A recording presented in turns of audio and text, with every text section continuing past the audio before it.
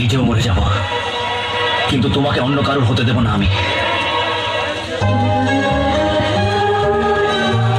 এত ভালোবাসো আমাকে? হ্যাঁ, ভীষণ ভালোবাসি, ভীষণ ভালোবাসি তোমাকে।